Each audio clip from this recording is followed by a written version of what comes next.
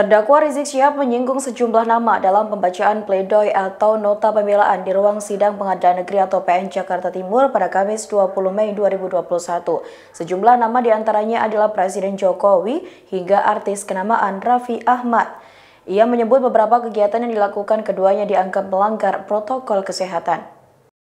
Dilansir Tribunnews.com, dalam persidangan di PN Jakarta Timur, Rizik menyebut pelanggar protokol di seluruh Indonesia adalah penjahat, termasuk menteri maupun presiden. Ia pun juga mencari sejumlah nama dalam pembacaan pledoi yang dilakukannya. Nama Raffi Ahmad juga menjadi salah satu orang yang disebut oleh Rizik. Selain itu, ia juga menyebut nama sejumlah tokoh hingga kegiatan yang dilakukan selama pandemi. Dirinya turut menyebut kegiatan kerumunan terbaru yakni terjadi di objek wisata Ancol yang dihadiri 39.000 orang di hari kedua Idul Fitri 14 Mei 2021 kemarin.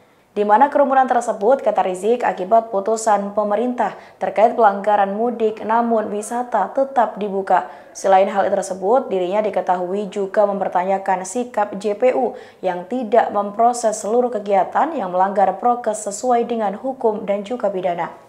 Andai kata benar, Majelis Hakim yang mulia dan terhormat, andai kata benar pendapat jaksa penuntut umum bahwa pelanggaran prokes adalah kejahatan prokes, maka berarti para pelanggar prokes di seluruh Indonesia tanpa terkecuali semuanya adalah penjahat, termasuk semua tokoh nasional, mulai dari artis hingga pejabat, termasuk menteri dan presiden yang telah secara terang-terangan terbukti secara kasat mata melakukan berbagai pelanggaran prokes. Maka mereka semua adalah penjahat dalam istilah jaksa penuntut umum karena mereka semua telah melakukan kejahatan prokes.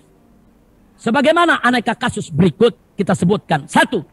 Anak dan menantu Presiden Jokowi saat Pilkada 2020 di Solo dan Medan telah melakukan belasan kali pelanggaran prokes. Atau dalam istilah jaksa penuntut umum disebut kejahatan prokes. 2. Anggota Watimpres Dewan Pertimbangan Presiden Habib Lutfi Yahya di Pekalongan sejak awal pandemi selalu selama berbulan-bulan di tiap malam Jumat Kliwon menggelar pengajian rutin yang dihadiri ribuan massa tanpa jaga jarak dan tanpa masker. Bahkan sempat membuat pernyataan kontroversial di hadapan ribuan massa untuk mengabaikan dan tidak peduli wabah corona. Ini merupakan pelanggaran prokes yang dalam istilah jaksa penuntut umum disebut kejahatan prokes. 3. Sahabat Presiden Jokowi yaitu Ahok, si penista agama, si penista Al-Quran bersama artis Raffi Ahmad usai menghadiri pesta mewah ulang tahun pengusaha dan pembalap Ricardo Gelael pada tanggal 13 Januari 2021 menggelar kerumunan yang melanggar prokes. Ini juga pelanggaran prokes yang menurut istilah jaksa penuntut umum disebut kejahatan prokes. D.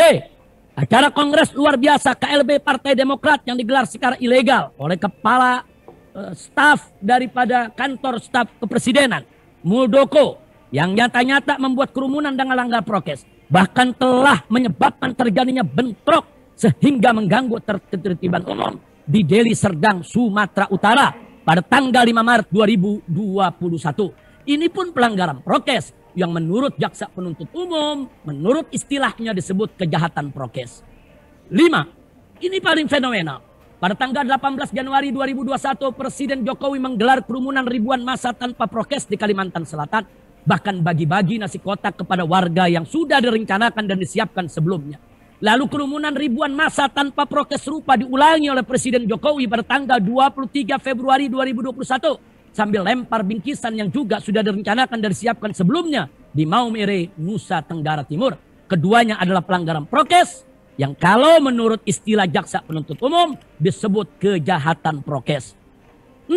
Dan yang paling baru adalah kerumunan Ancol yang dihadiri 39.000 orang tanpa prokes di hari kedua Lebaran kemarin. Tanggal 14 Mei 2021, akibat putusan pemerintah, mudik dilarang tapi wisata dibuka. Dan kampanye wisata Menteri Pariwisata RI Sandiaga Uno dengan izin Dinas Pariwisata Pemprov DKI Jakarta. Ini jelas-jelas pelanggaran prokes juga yang dalam istilah jaksa penuntut umum disebut kejahatan prokes.